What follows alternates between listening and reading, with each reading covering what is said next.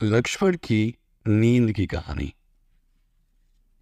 क्या आप जानते हैं कि लक्ष्मण 14 साल तक क्यों नहीं सोए थे? दरअसल बात उस समय की है जब महाराज दशरथ अयोध्या के रघुवंशी राजा थे। वे श्री राम के पिता थे। उनकी 3 पत्नियां थीं, कौशल्या, सुमित्रा तथा कैकेयी। कैकेयी की एक कुबड़ी दासी थी जिसका नाम था मंथरा, जिसने कैकेयी को बचपन से पाल पोस कर बड़ा किया था और कैकेयी के विवाह के बाद उनके साथ ही आ गई थी। वो एक कुटिल राजनीतिज्ञ थी। उसने कैकेयी को मंत्रणा दी कि राम के राज्य अभिषेक से कैकेयी का भला नहीं होने वाला है। उसने कैकेयी को राजा दशरथ से अपने 2 वर मांगने की सलाह दी। ये घटना उस समय की है जब दशरथ देवों के साथ मिलकर असुरों के विरुद्ध युद्ध कर रहे थे। असुरों को खदेड़ते समय उनका रथ युद्ध के कीचड़ में फंस गया। उस रथ की सारथी स्वयं कैकेयी थी। उसी समय किसी शत्रु ने युद्धास्त्र चलाकर दशरथ को घायल कर दिया। यदि कैकेयी उनके रथ को रणभूमि से दूर ले जाकर उनका उपचार नहीं करती तो दशरथ की मृत्यु निश्चित थी। दशरथ ने होश में आकर कैकेयी से कोई भी 2 वर मांगने का आग्रह किया। उस समय अयोध्या साम्राज्य की परिस्थितियां ठीक नहीं थी, इसलिए कैकेयी ने वो वर मांगने से इनकार कर दिया और ये कहकर टाल दिया कि समय आने पर वो ये वर मांग लेंगे। अब जबकि दुष्ट मंथरा के बहकावे में आकर कैकेयी को यह आभास हो गया कि श्री राम के राज्य अभिषेक के बाद उसका अनहित होने वाला है, उसने उस 2 वर में भरत का राज्य अभिषेक और राम को 14 साल वनवास भेजने के लिए कहा। हालांकि महाराज दशरथ चाहते थे कि श्री राम ही उनका राजपाट संभालेंगे, लेकिन वो ऐसा ना कर सके। श्री राम को अकेले वन जाता देख उनके छोटे भाई लक्ष्मण ने भी उनके साथ जाने की इच्छा जाहिर की।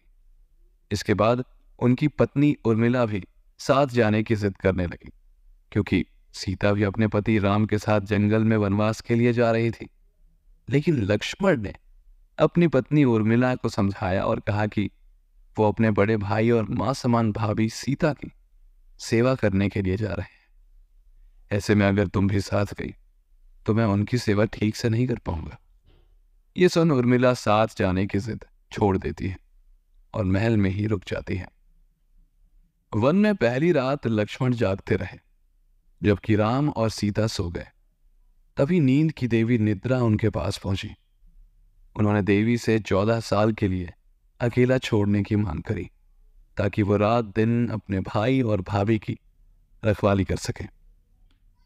देवी उनकी भक्ति से प्रभावित होकर सहमत हो गई, लेकिन प्रकृति के नियम की मांग थी कि लक्ष्मण के हिस्से की नींद को कोई और उठाए। लक्ष्मण ने कहा कि मेरी पत्नी उर्मिला के पास जा और उसे स्थिति से अवगत कराओ। देवी निद्रा उर्मिला के पास गई।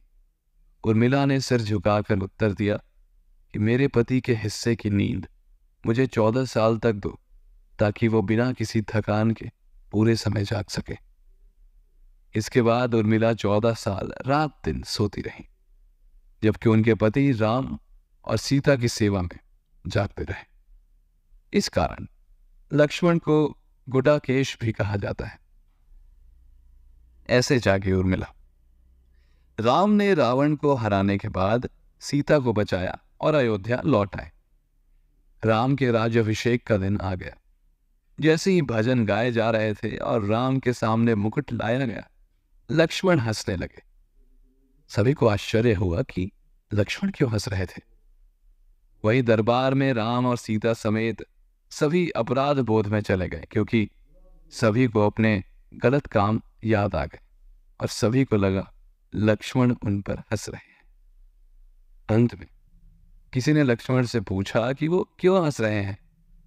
उन्होंने उत्तर दिया कि मैं पिछले 14 वर्षों से इस क्षण की प्रतीक्षा कर रहा हूं, और जब मैं राम को राजा का राज्याभिषेक होते हुए देखने वाला हूं तो नींद की देवी निद्रा मुझे हमारे समझौते का याद दिलाकर मुझे अपनी अधीन होकर उर्मिला को जगाने के लिए कह रही हैं। मुझे स्थिति की विडंबना प्रफुल्लित कर रही है। हालांकि इसी के बाद लक्ष्मण को नींद आ गई और उर्मिला जाग गई और राम को राजा का ताज पहनाया गया।